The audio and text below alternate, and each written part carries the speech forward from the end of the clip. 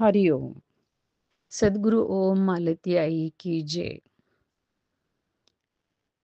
व्रजभूमीतील भक्त या कथामालेत मी अनुप्रिता थत्ते तुम्हा सर्वांचं स्वागत करते. आज आपण या कथामालेतली 10वी कथा पाहणार आहोत.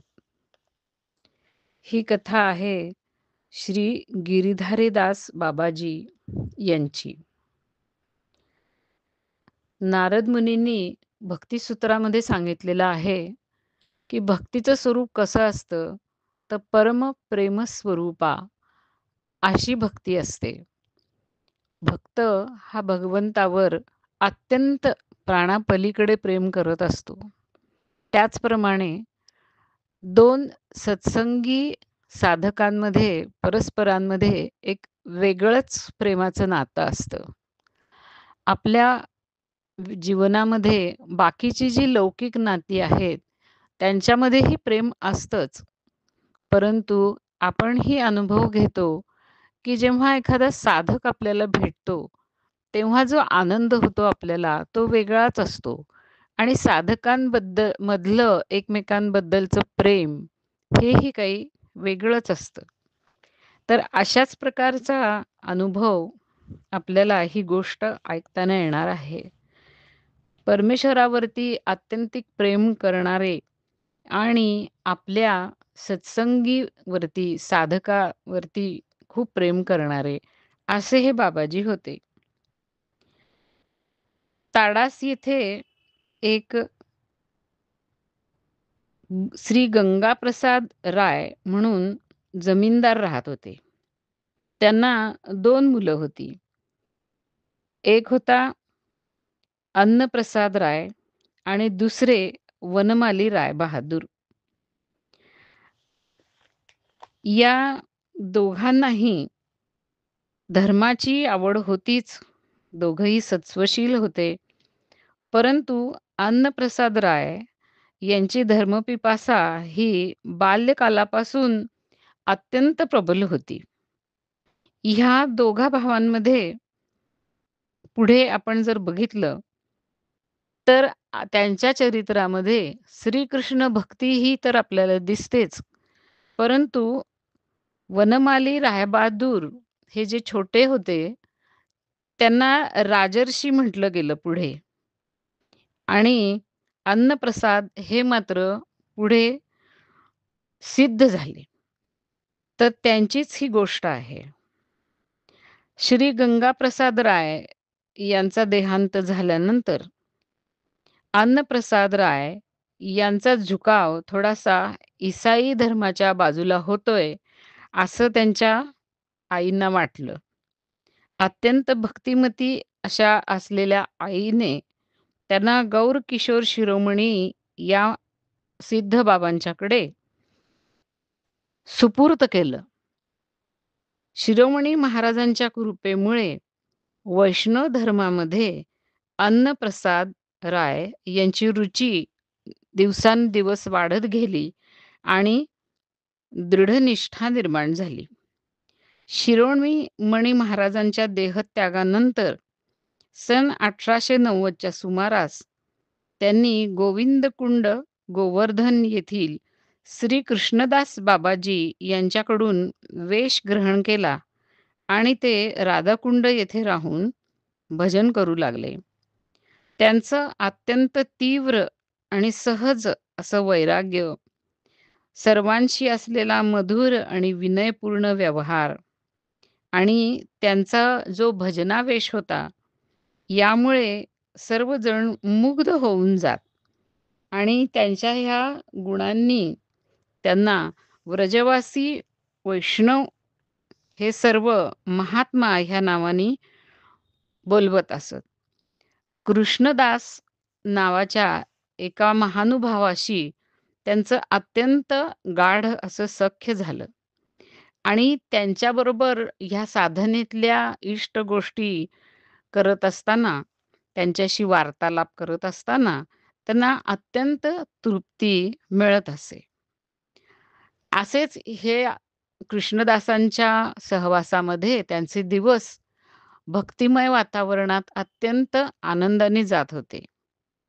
पुढे कृष्णदास यांना काही कारणाने बंग देशामध्ये जावं लागणार होतं आणि तिकडेच जाण्याचा त्यांचा निश्चय झाला. एक दिवस त्यांनी ही गोष्ट या गिरीधारी दास यांना हा निश्चय सांगितला. तो निश्चय ऐकल्यावरती गिरीधारी दास हे एकदम गप्पच झाले आणि तो विषय टाळून ते दुसऱ्याच कुठल्या विषयांवरती बोलत राहिले. परंतु आपला हा साधक बंधू आपल्याला सोडून जाणार, या दुःखाचा ज्वालामुखी जणू काय त्यांच्या मनामध्ये सुलगत होता. त्यामुळं शेवटी त्या सगळ्याचा उद्रेक झालाच आणि भूमीवरती पडून फूट-फूट ते रडू लागले. अगदी स्फुंदून रडू लागले आणि कृष्णदासना ह्यांना एकदम रडायला काय झालं हे कळेना. त्यामुळे विस्मित होऊन ते त्यांच्याकडे पाहू लागले आणि त्यांनी आपल्या ह्या बंधूला कारण विचारलं, "तू का रडतोयस?"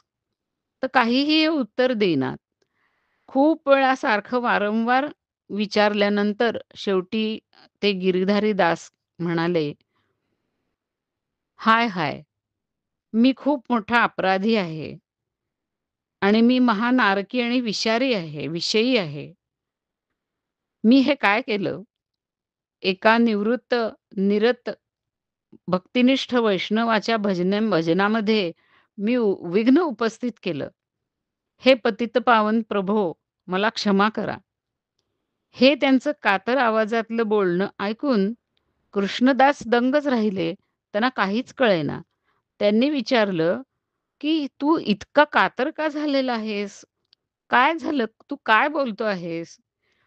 त्यावर उत्तरादाखल गिरीधारी दास म्हणाले, "मी हतभागी आहे आणि माझ्यामुळंच तुम्हाला ह्या राधाराणीचा देश सोडून बंग देशामध्ये जाण्याची वासना माझ्या सहवासामुळं तुमच्या मनामध्ये निर्माण झालेली आहे आणि ह्या संगदोषाबद्दल मी स्वतःला अतिशय हतभागी समजतोय."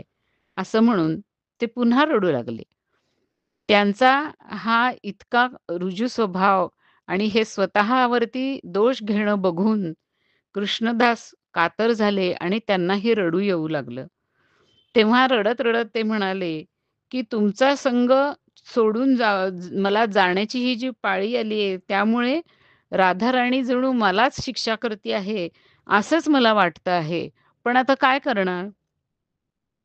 शेवटी रडत-रडत गिरीधारी दास म्हणाले, की "ठीक आहे, तुम्हाला जर बंगदेशला जावंच लागणार असेल, तर माझी तुम्हाला एक प्रार्थना आहे, ती ऐकाल का? तुम्ही उद्याच्या उद्या जे जाणार आणि आज मला सांगताय, तर त्याच्याऐवजी तुम्ही 3 दिवसांनी जा." हे गिरीधारी दास यांचं विनयपूर्ण बोलणं ऐकून कृष्णदास कबूल झाले. कृष्णदासांनी आपल्या कुटीमध्ये जाऊन भजनाला सुरुवात केली आणि गिरीधारी दास आपल्या कुटीमध्ये गेले.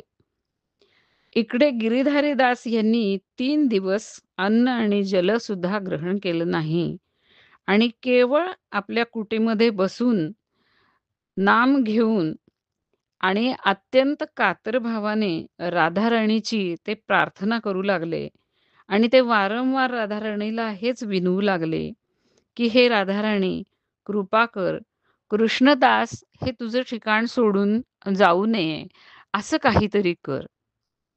3 दिवस उपाशी राहिल्यामुळं आणि सतत भजन आणि त्याच्याशिवाय 25,000 अतिरिक्त नामजप, 108 साष्टांग दंडवत आणि दिवसातून 4 वेळा राधाकुंड आणि श्यामकुंड यांची परिक्रमा, ही साधना ते राधाराणीला रिझवण्यासाठी करू लागले आणि या सगळ्यामुळे त्यांना खूप अशक्तपणा आला.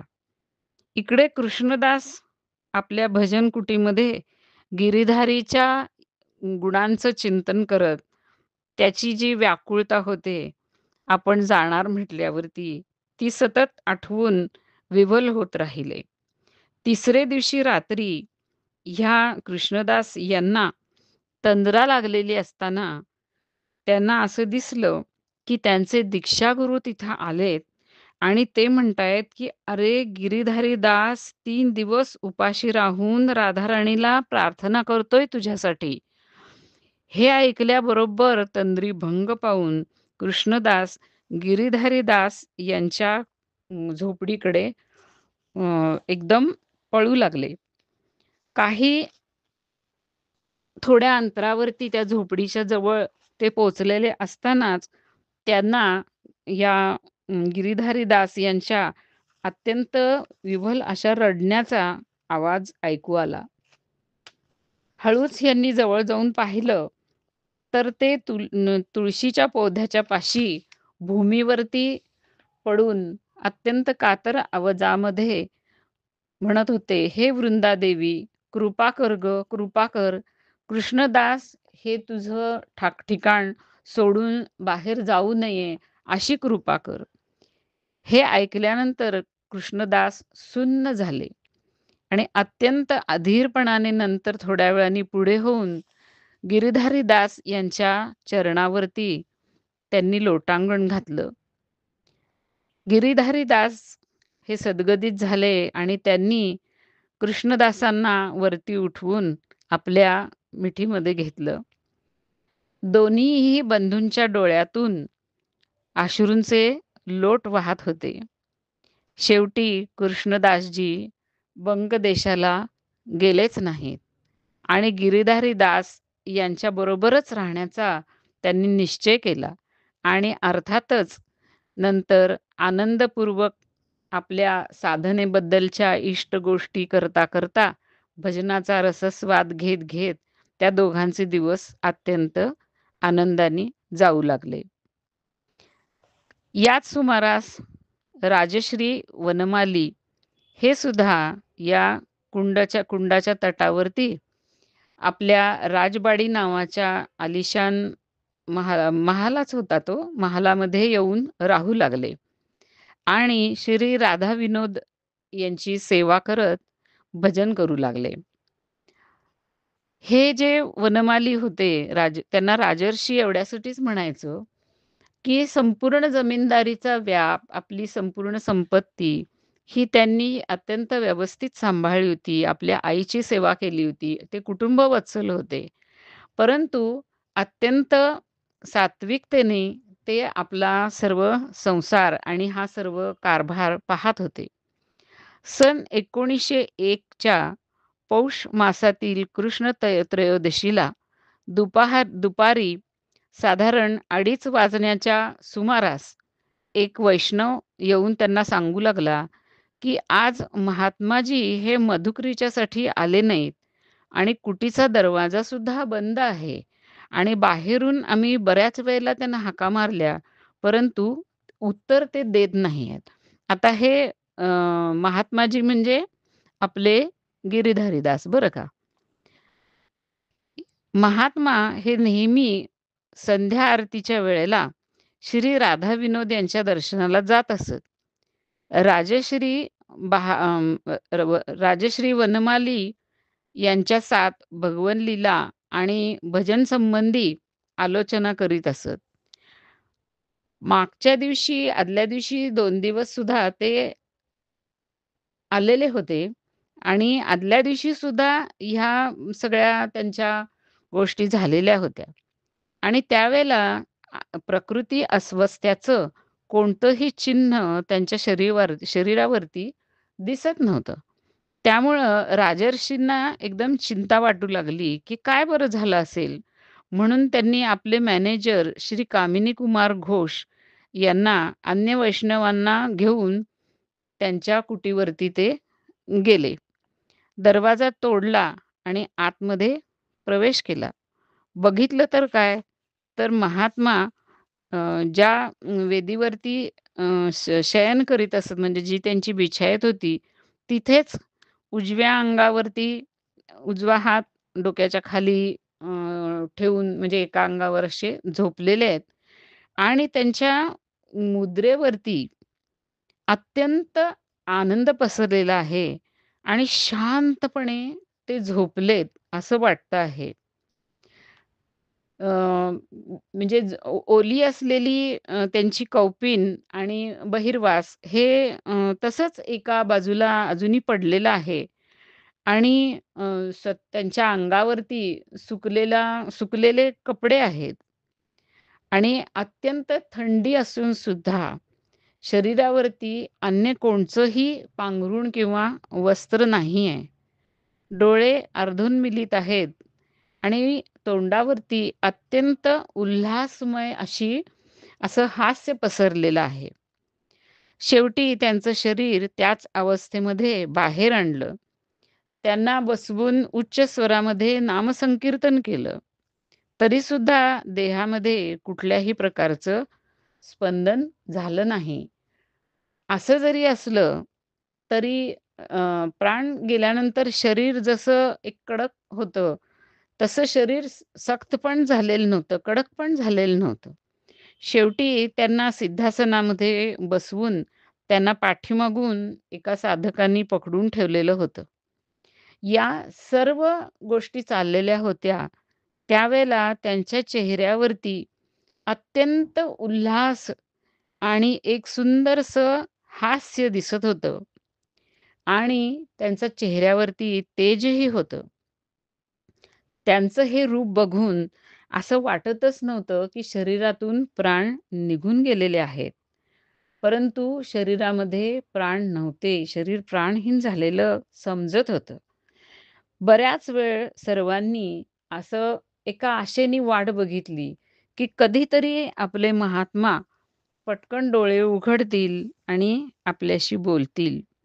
परंतु खूप वेळ प्रतीक्षा केल्यानंतर सुद्धा जेव्हा अशी कुठलीच प्रकारची शुद्ध त्यांना आली नाही, तेव्हा शेवटी नाईलाजाने त्यांनी देहत्याग केलेला आहे, असं निश्चित करून त्यांच्या शरीराला अग्नी देण्याचा विचार सगळ्यांनी केला. काही जणांच्या मनामध्ये अजूनही आशा होती, की जेव्हा आपण त्यांचं शरीर चितेवर ठेवू, त्यावेळेला चितेच्या अग्नीच्या चटक्याने तरी निदान त्यांच्या शरीरामध्ये चेतना येईल आणि आपले महात्मा परत जागे होतील. परंतु असं काहीच झालं नाही. चितेवरती जेव्हा देह ठेवण्यात आला, तेव्हाही त्या चेहऱ्यावरचं हास्य तसंच होतं आणि असं वाटत होतं त्यांच्या चेहऱ्याकडे आणि अर्धोन्मिलित नेत्राकडे पाहून, की जणू काय कुठलीतरी अत्यंत अपूर्व अशी श्रीकृष्ण आणि राधाराणी यांची लीला त्यांनी पाहिलेली आहे आणि त्याच आनंदामध्ये ते अजूनही मग्न आहेत आणि बहुधा ते अलौकिक दर्शन त्यांना त्यांच्या जड देहाला सहन न झाल्यामुळं तो जडदेह सुटून गेलेला आहे आणि शेवटी त्या अत्यंत सुंदर अशा हास्याकडे पाहत पाहत अत्यंत दुःखित अंतःकरणाने त्यांना अग्नी देण्यात आला आणि या लौकिक शरीराचा कायमसाठी त्याग करून ते कायमचे कृष्णलीलामध्ये अंतर्भूत झाले. हरिओम.